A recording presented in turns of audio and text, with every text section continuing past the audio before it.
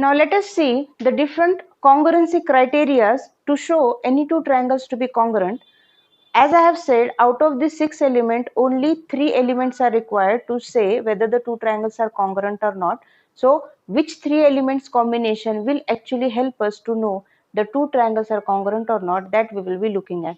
The first one congruency criteria is named as SAS congruency criteria, and it is also called an axiom, or it is an axiom. Now, since it is an axiom, definitely we are not supposed to prove it, but we will try to understand it visually. So the axiom says two triangles are said to be congruent if two sides and included angle. So now here the word included is very important. Yes, included means the angle which is present between the two sides. So if we are taking these two sides, included angle is the angle present out here. Okay. So two triangles are said to be congruent if two sides of one triangle are equal to two sides of another triangle.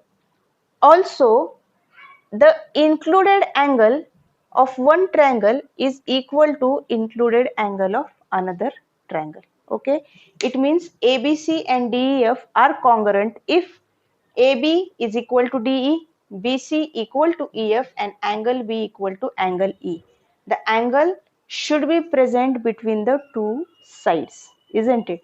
Hence, it is called as included angle. Okay. So, out of the 3 elements, which 2 elements we have considered here?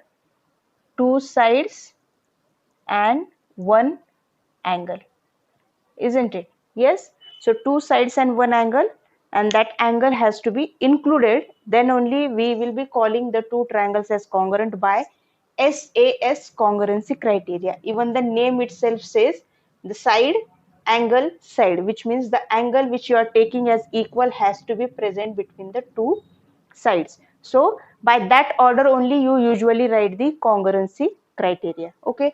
Now let us try to see it visually. Are the two triangles actually congruent? Now, according to the axiom, what I want two sides to be equal. It means whatever is length BC, I will be taking the length of another triangle to be equal to that. So let us measure this BC and draw a length, suppose EF, which is equal to BC. Right? Second thing, I want this angle to be equal to this angle. Now measure this angle and draw an angle here, which is equal to angle B. Third thing, I want AB also equal to one of this side or this side. So what you can do, you can measure AB and you can mark the point on the line. Suppose somewhere here it is, you got that point, name it as D. Now this triangle can be completed just by joining DF. So let us join it. If you try to superimpose this triangle on ABC, you can see that it gets equally fitted above one another. And hence, as we know, if two triangles get superimposed, then definitely the two triangles are congruent. Okay. So with the help of activity, or you can say visually, we have seen how the two triangles are congruent if two sides and included angle is equal to two sides and included angle of another triangle. Okay. Now here I have written that out of the 6 elements, if two sides and one angle is equal to two sides and one angle of another triangle, but the angle which I am considering here is included, isn't it? What if I say that instead of included angle, the angle which I am taking as equal is not present actually between the included angles? Yes, let us see.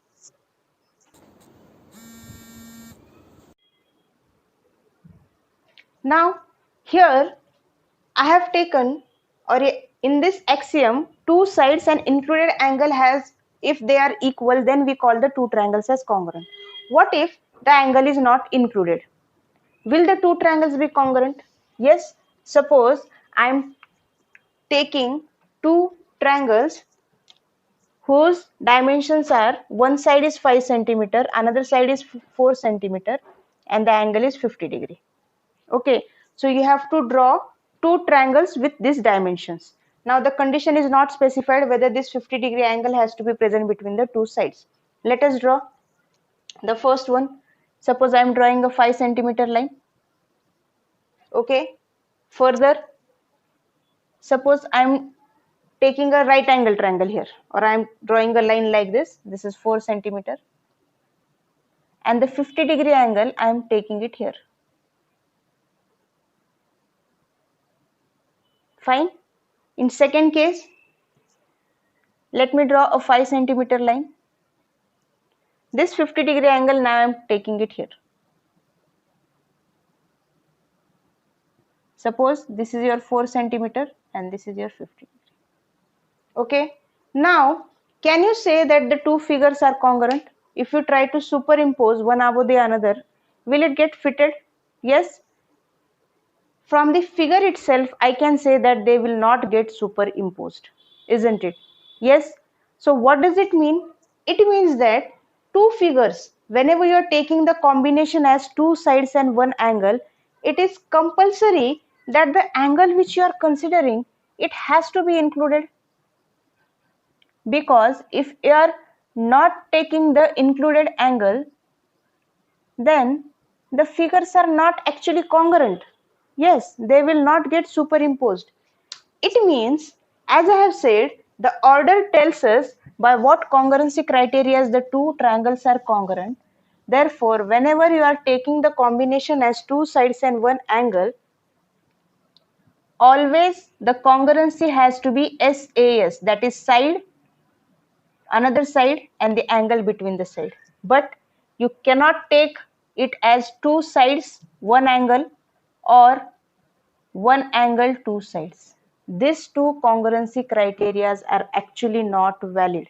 Even though I have taken the same combination, two sides and one angle here also, but if you are getting two figures which are equal by this, that is two sides of one triangle equal to two sides of another triangle, and the angle is not actually the included, the two triangles are not congruent to each other. Okay, so out of the three combination, the first combination we got is two sides and one angle, and that the angle has to be the included angle, and hence it is called as SAS congruency criteria. So only SAS is valid. SSA or ASS congruency criteria is actually not valid. Why? Because in that case the figure will not be congruent at all. Okay. Second one, next theorem, which is an ASA congruency criteria. Now this theorem is an ASA congruency criteria. As in the first case we have taken two sides and one angle, here we are taking two angles and included side. Okay, let us see. Two triangles are said to be congruent if two angles and included side. Just exactly opposite of it. Two angles you are taking as equal. So let us draw two figures. ABC, DEF.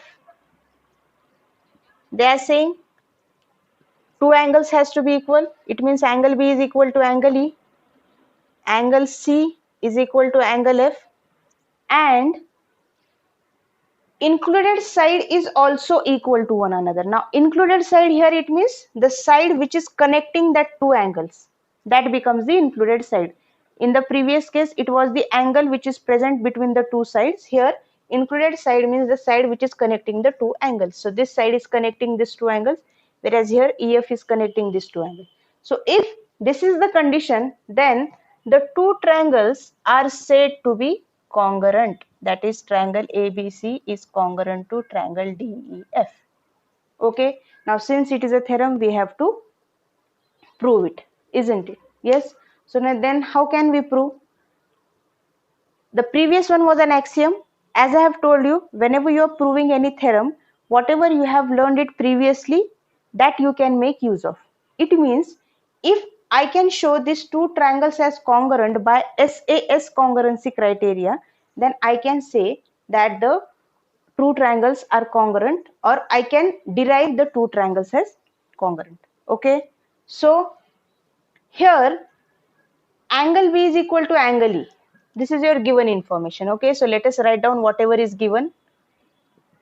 So given is angle B equal to angle E, whereas angle C equal to angle F and BC equal to EF. Okay, so this is my given information. That is what is said in the theorem, right? And if this is the condition, then the two triangles are congruent. So this will become my prove that. So I have to prove if this is the condition, then the two triangles are congruent. Okay. Now, since I have said I can show these two triangles as congruent by SAS congruency criteria, because that is what I have learned it previously. So coming back to figure, B is equal to E, BC equal to EF. So I have got one angle equal, one side as equal. According to my SAS congruency, if I can show AB equal to DE, then I can say the two triangles are congruent, isn't it? Because then AB will be equal to DE, BC equal to EF, and angle B equal to angle E, isn't it? Yes, so the two triangles will be congruent. But I don't know whether AB is equal to DE. Yes, but there are three possibilities. Either AB will be equal to DE, or AB will be greater than DE, or AB will be less than DE. Other than these three possibilities, is there any other condition which is possible between the two sides? No. So let us take each possibility and see if we can show the two triangles as congruent. So the first possibility, if I take AB equal to DE, so in this criteria, it becomes very easy, isn't it? Because if AB equal to DE, I can write in triangle ABC and triangle DEF, AB is equal to DE, angle B equal to angle E, because this is given, whereas BC equal to EF. This is also given, and hence triangle ABC is congruent to triangle DEF by SAS congruency criteria. So this is my actually what I have to prove. So I have proved the two triangles as congruent, isn't it? Yes, and hence the theorem gets applied if AB equal to DE. We can follow that theorem only if it is applicable for all the three possibilities. This was my case 1, in which I have taken AB equal to DE. Now let us take the second case, case 2, in which I am considering that AB is greater than DE. Okay. Yes, if AB is greater than DE, it means there will be a point P on AB whose length will be equal to DE, isn't it? Suppose AB is 6 centimeter and DE is 5 centimeter. So there will be one point P where length PB will become 5 centimeter and hence it will be equal to DE, isn't it? Yes. So in second case, I can say since AB is greater than DE, that is my possibility. So there will be a point P on AB such that PB will be equal to DE. Okay, that everybody understood? Yes. If this is greater, then definitely there will be a point whose length will be equal to DE. Now let us join PC. Now consider a triangle PBC and DEF. So in triangle PBC and triangle DEF. Okay, or let me write down it there. In triangle PBC and triangle DEF. Okay, what is equal? PB is equal to DE. So that is what my construction is. PB is equal to DE. Further, BC is equal to EF. But first I will write the included angle which is equal. So angle B equal to angle E and BC equal to EF. Okay. Now two sides I have got as equal and also the included angle. So again I can write, therefore triangle PBC is congruent to triangle DEF. Okay. Now as you know, whenever two triangles we have shown as congruent, out of the 6 element, if I am taking 3 elements here, the remaining 3 elements becomes equal by CPCT, that is congruent parts of congruent triangles. Yeah, sorry, corresponding parts of congruent triangles. Okay, so everybody know that here I have taken two sides and one angle to be equal. It means the remaining one side and two angles will be equal to one another by corresponding parts of congruent triangles. Yes, which means that PCB, angle PCB will be equal to angle DFE. Why? Because PBC and DEF I have shown as congruent. So PCB will be equal to DFE. Reason what you will specify? CPCT, corresponding parts of congruent triangles. Yes, but what is given in our theorem? It says angle C is actually equal to angle F. Now here angle C means ACB, isn't it? This complete angle that is given in the theorem. But angle ACB is also equal to angle DFE. So as you can see, the two equations, I have got their right hand sides as equal, which means angle PCB is equal to angle ACB, isn't it? Which means angle PCB is equal to angle ACB. Yes, and when is this possible? Angle PCB means this angle is equal to angle ACB, means this complete angle. When is this possible? Only when PC and AC coincide.